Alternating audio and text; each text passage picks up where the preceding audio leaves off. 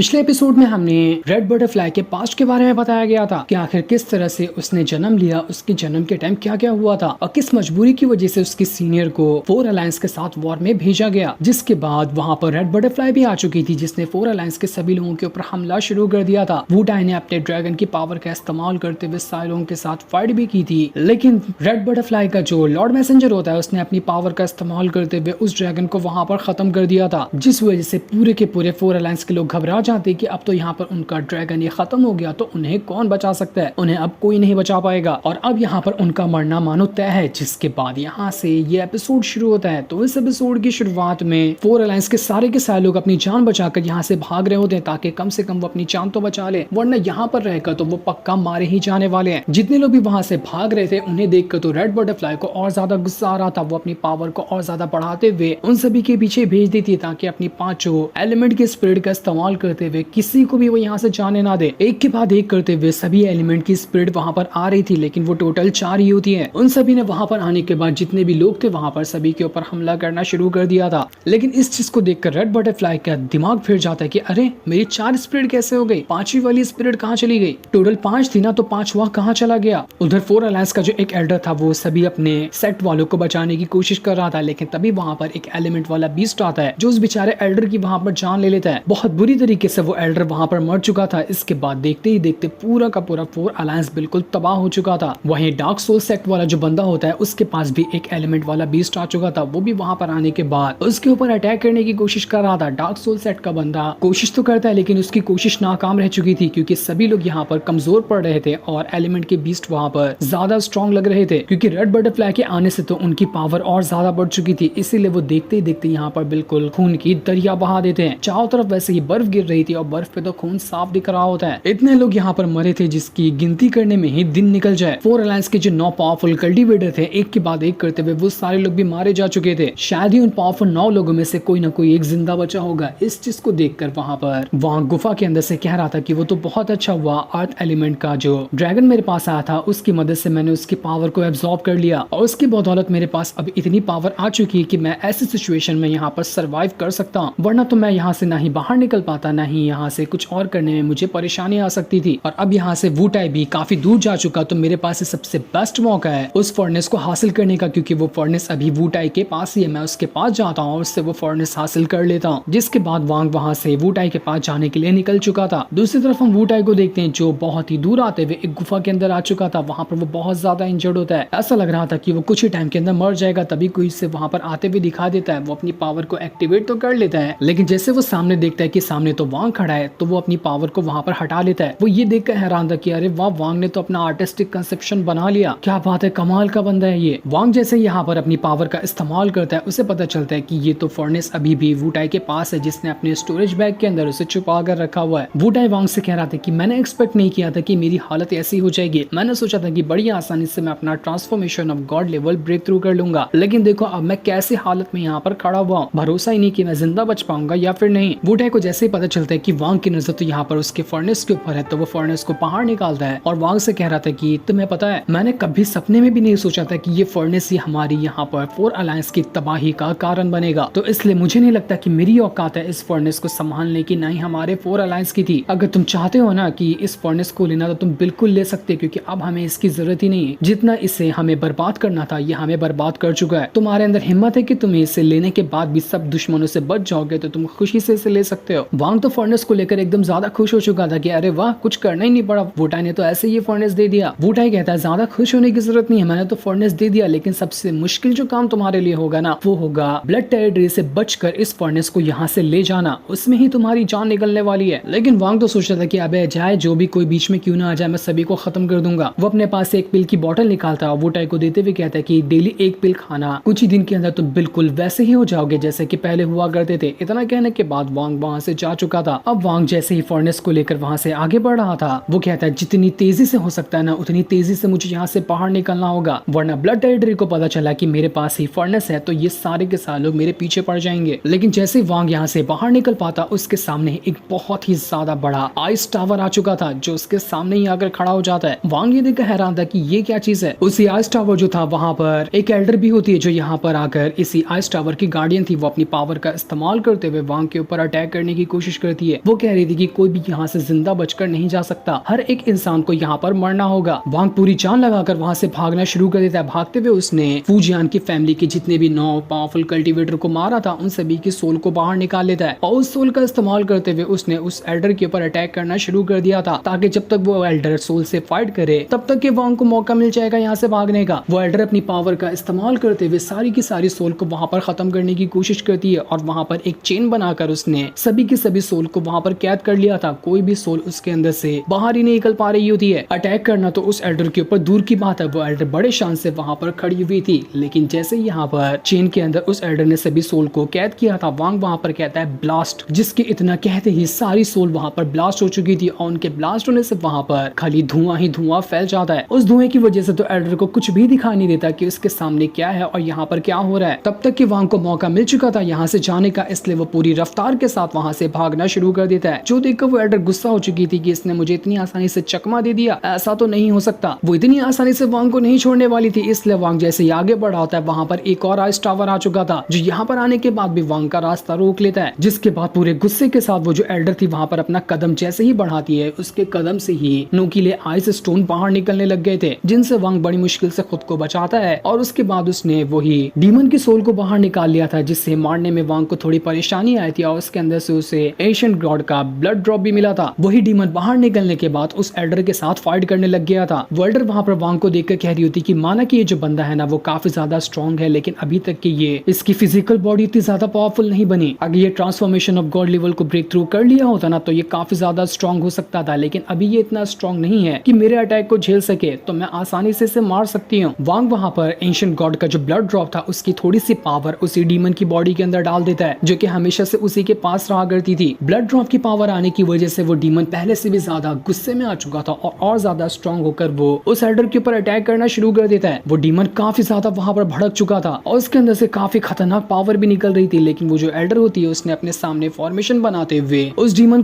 Demon के जितने भी अटैक थे उन सभी को रोकने की कोशिश की थी। वो पूरी तरह से फॉर्मेशन में घिर गई होती है और वो डीमन जितना भी अटैक करता है उसका एक भी अटैक उस एल्डर को लग ही नहीं रहा था। वो एल्डर वहाँ पर कह रही थी कि वांग जो है माना कि नेटसन सोल लेवल पे भी मौजूद है, लेकिन इसके पास चीजें बहुत कमाल की जिसकी मदद से वो यहाँ पर अटैक पे अटैक किए जा रहा है, लेकिन मैं भी तो देखूं ये कितना ही अटैक को मेरे यहाँ पर रोक लेता है और कितना ये खुद के अटैक को कर लेता है। जिसके बाद तो उसने वहाँ पर उस डीमन की हालत खराब कर दी थी। ऐसा लग रहा था कि वो डीमन वहाँ पर खत्म हो जाएगा और कुछ ही देर के अंदर वो डीमन वहाँ पर खत्म भी हो चुका था। जैसे वो डीमन खत्म हुआ था उसके अंदर से भी काफी ज्यादा ऑरा बाहर निकलता है, जिस ऑरा का फायदा उठाते हुए यहाँ पर धुआं हो चुका था, तो वांग यहाँ से भाग निकलता है। बहुत ही अच्छा चांस मिल गया था उसे यहाँ से भागने का। जिसके बाद वांग वहाँ पर अपने उसी सबसे खास वाले फ्लैग को बाहर निकाल लेता है और उसको एक्टिवेट करना शुरू कर देता है, ताकि यहाँ पर अगर कोई भी आ जाए तो वो सभी के साथ फाइट कर सके। जैसे वो फ्लैग वहाँ पर एक्टिवेट हुआ था उसके अंदर से काफी ज्यादा पावर बाहर निकल रही होती है और उसके अंदर से इतनी ज्यादा रेड लाइटनिंग की पावर बाहर निकल दी कि पूरा आसमान ही वहाँ पर रेड हो चुका था। इस चीज को देखकर लॉर्ड मैसेंजर और सारे के सारे लोग दंग रह जाते कि आके ये क्या चीज है, ये इतना खतरनाक अटैक यहाँ पर इस मामूली से बंदे ने कैसे एक्टिवेट कर लिया, आके ये मामूली बंदा है कि ये क्या है। वांग पूरे गुस्से के साथ अपने फ्लैग को पकड़ता है और उसे जमीन पे मारते हुए वहाँ पर पूरे बिजलियों की बारिश कर देता है। वो एल्डर कह रही थी कि मामूली सा नेटसन सोल लेवल का कल्टीवेटर इतनी तबाही कैसे ला सकता है, ये आखिर इसने ऐसा किया क्या। यहाँ पर तो पूरा रेड लाइटनिंग से पूरा इलाका भर चुका है। वांग पूरी जान लगाने के बाद उस फ्लैग को उसी आइस टावर की तरफ ही फेंक देता है जो कि उस एल्डर का था। वो आइस टावर के ऊपर फ्लैग लगते साथ ही उसने अपनी रेड लाइटनिंग की पावर की वजह से इतना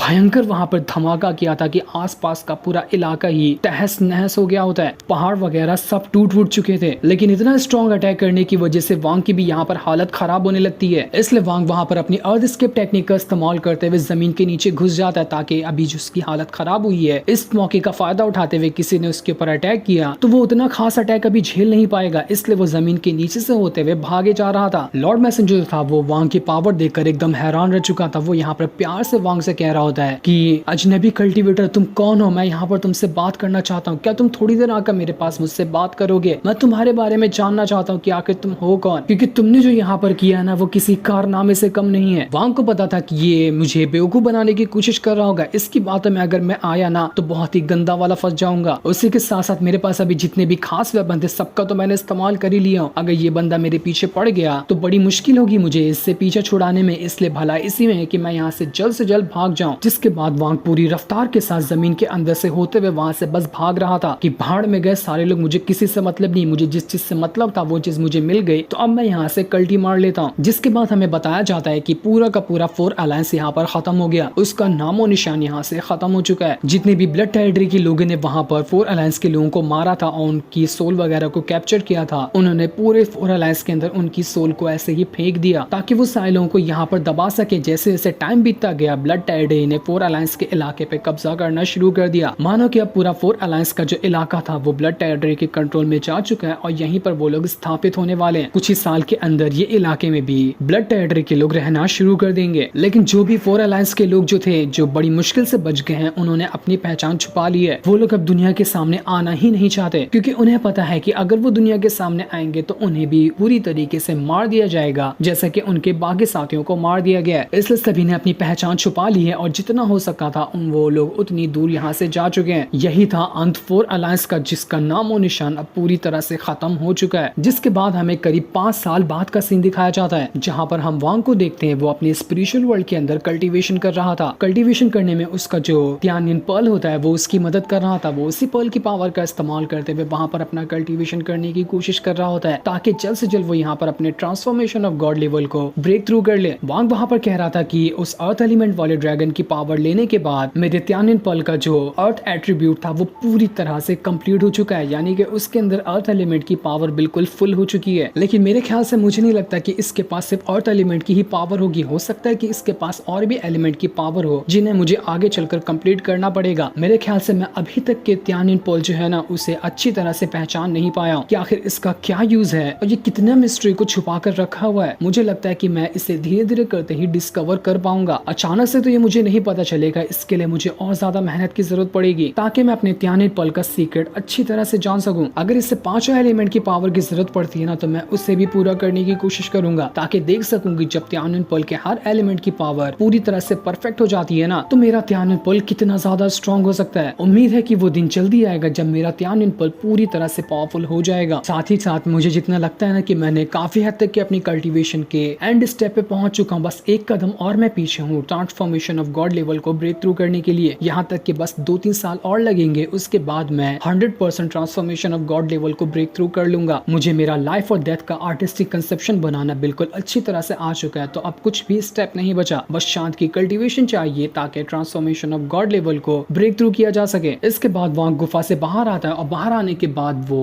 उसी फोर अलायंस की जगह को देख रहा था, जो कि अब पूरी तरह से ब्लड टेरिटरी में बदल चुकी थी। वहाँ पर बड़ी बड़ी बिल्डिंगे वगैरह खड़ी हो गई होती है, जो कि ब्लड टेरिटरी की थी। इस चीज को देखकर वांग एकदम ज्यादा हैरान था कि ये लोग कितने ज्यादा फास्ट हैं। मैंने करीब 5 साल तक की भी यहाँ पर कल्टीवेशन नहीं की और 5 साल में तो इन्होंने पूरा नजारा ही बदल दिया। ऐसा लग ही नहीं रहा कि कभी इस जगह पर फोर अलायंस हुआ करता था। पूरी तरह से नामो निशान उनका खत्म हो चुका है और पूरी तरह से यहाँ पर ब्लड टेरिटरी ने अपना कब्जा जमा लिया। यही जो नई ब्लड टेरिटरी यहाँ पर स्थापित हुई थी, इसी की गलियों में वांग घूमना शुरू कर देता है ताकि देख सके कि यहाँ पर किस तरह के लोग रहते हैं, कैसी कैसी चीजें हैं। वांग को यहाँ पर कोई पहचान नहीं सकता था, क्योंकि यहाँ पर 5 साल के करीब हो चुके थे, तो शायद लोग भूल गए होंगे कि वांग कौन था। इसी वजह से वो बेफिक्र होकर आराम से यहाँ पर घूम रहा होता है। घूमते हुए उसे जितने भी मासूम लोग होते हैं, जो नॉर्मल लोग थे, उन सभी को बड़े बड़े पत्थर को उठाने का काम दिया गया होता है। यही सारी चीजें वांग यहाँ पर देख रहा था कि सारे लोग पत्थर उठाकर इधर उधर से ले जा रहे हैं, जो कि बर्फ के पत्थर थे, और उसे तराश कर लोग अलग अलग चीजें बना रहे होते हैं। गरीबों पे अत्याचार तो ऐसा लग रहा था यहाँ पर भी किया जाता है। जैसे जैसे वांग आगे बढ़ा था, उससे कुछ न कुछ तो अजीब सा ऑरा लगता है। इसलिए वो अपनी पावर का इस्तेमाल करते हुए वहाँ पर जितने भी उसके आसपास लोग गुजर रहे थे, उन सभी को चेक करने की कोशिश करता है कि यहाँ पर मुझे अजीब सी फीलिंग किस इंसान के अंदर से आ रही है। तब उसे वहाँ पर काफी सारे लोग दिखाई देते हैं, जिनके आसपास काफी अजीब सा ऑरा फैला हुआ था। वो सारे लोग एकदम ज्यादा घबरा कर चल रहे थे। वांग ये चीज देखकर हैरान था कि आखिर ये लोग है कौन और इनके साथ ऐसा क्या हुआ। ऐसा लग रहा है कि इन्हें किसी अजीब तरह की सजा दी गई है और ये लोग पल पल मर रहे होंगे। यहाँ पर अनगिनत तो मॉर्टल इंसान ही है, यानी कि मामूली लोग, जिनका कल्टीवेशन से वास्ता ही नहीं, लेकिन फिर भी इन्हें इतनी अजीब तरह की सजा क्यों दी गई होगी। वांग यहाँ पर कुछ सोचता भी है, लेकिन उसे कुछ समझ नहीं आता कि यहाँ पर आखिरकार इस ब्लड टेरिटरी के अंदर चल तो चल क्या रहा है। इसलिए वो इन सब चीजों पे उतना वापस से ध्यान नहीं देता और दोबारा से वो वहाँ से आगे बढ़ना शुरू कर देता है। जो सीन दिखाते ही ये एपिसोड यहीं पर एंड हो जाता है।